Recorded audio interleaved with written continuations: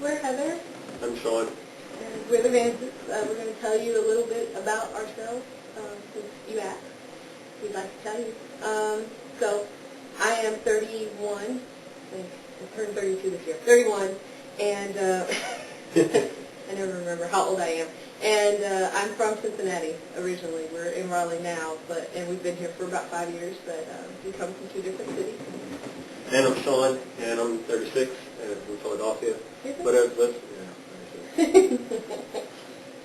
26, and from Philadelphia, but I've been in Alabama, North Carolina, Ohio, all around, just living everywhere, having fun. He's a nomad. Taking it. I grew up in Cincinnati. I spent my life in pretty much just 2 schools. I went to the nice elementary school. I went to Walnut Hills High School, which I'm very, very proud of. I love my high school. I went to Eagle, and I was in the marching band. I was in the drama club. I was in student council. Basically, I wore myself out before I graduated, which explains why when I went to college at UC, I pretty much didn't do anything besides try and get out of my major, which was urban planning. Which is actually when I met this guy. I met him while I was at school at UC.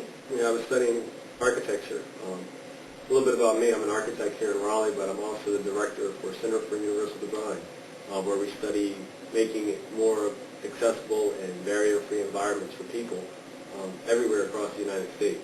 I pretty much run the program, and I'm also one of the research associates as well, promoting classes and things of that nature. I teach 2 classes of studio in architecture, as well as the materials class in design, which I have 6 different programs: industrial design, graphic design, art and design, architecture and landscape architecture, and animation. All students attending my class. We're not overachievers at all. No, not at all. So teaching those classes, it really tests my understanding of things, because students come at me with every single question they possibly can about the full and total picture of design and how they can make environments, wayfinding environments, make cities much, much better, make the signage better, make the architecture better. And it's my job to make them better understanders of design. He's being modest because it's not just his job, it's his passion. He loves his students.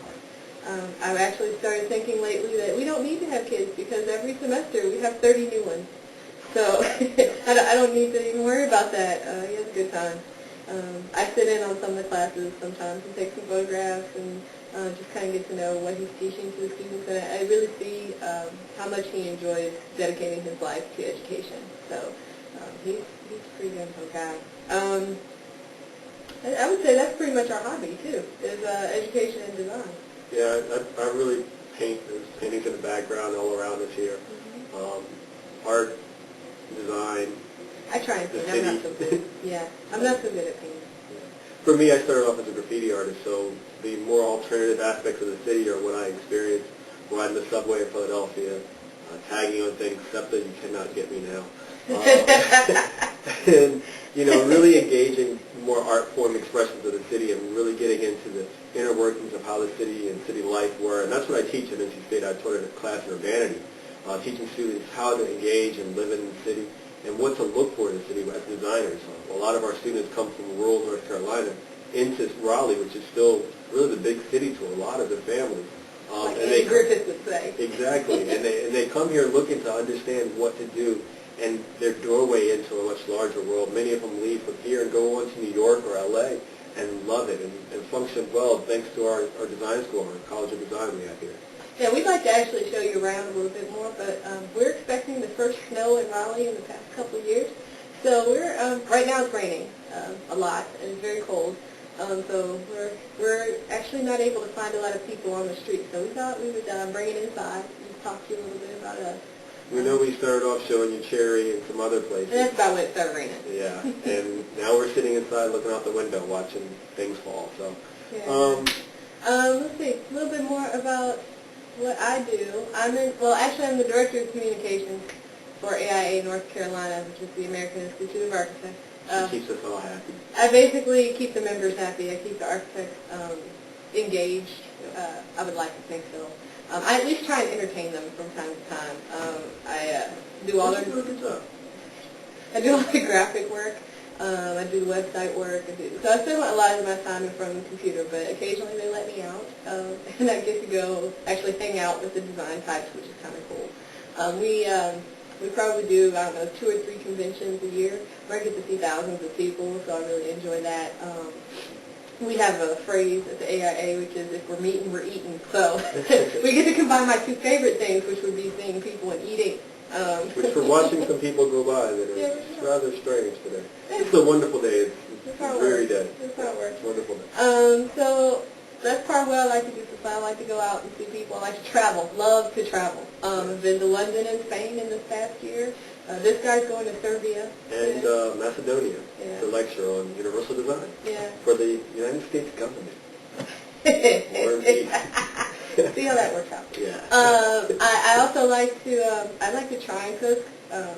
He calls me the good luck cook, meaning good luck, I'm cooking. But sometimes it turns out good, sometimes. I think we're okay. We're still alive, barring that one incident with the duck. Let's see. The wackiest, craziest situation we've ever found ourselves in. This video. This is not us. We have been trying to shoot this video and it's not working. Oh, God. We don't tape ourselves. Not yet, a lot, but...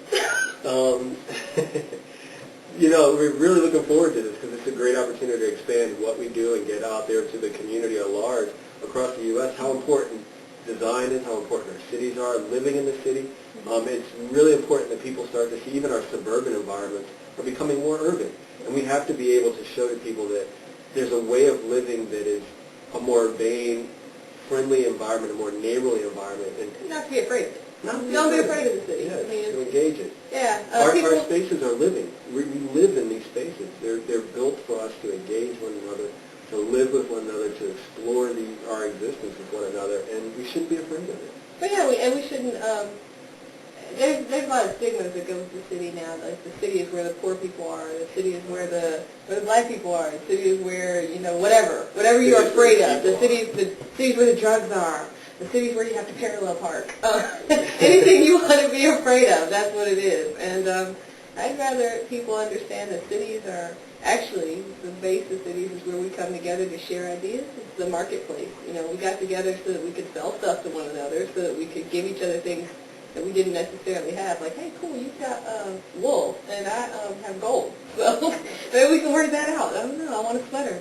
So, I think there are some sociological things that I'm really interested in trying to. I like talking to residents, trying to figure out why they do the things they do.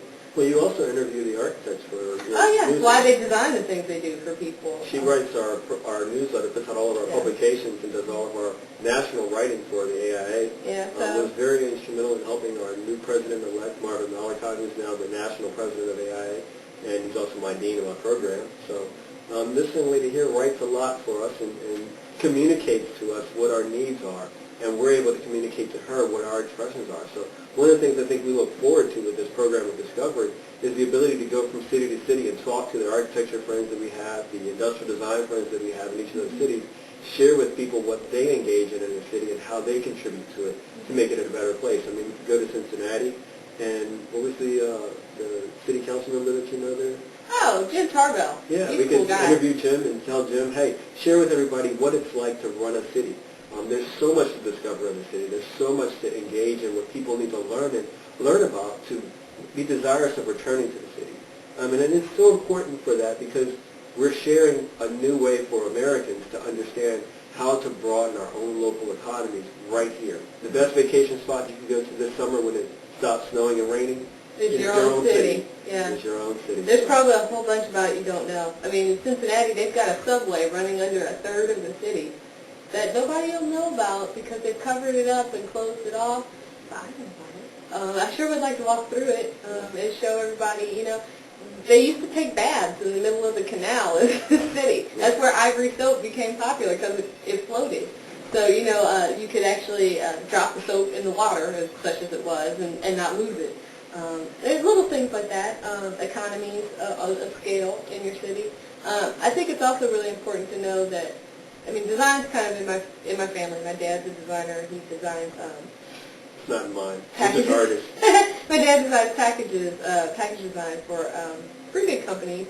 And one of the things that has always stuck with me is that you always design your life. You're designing your solutions, right?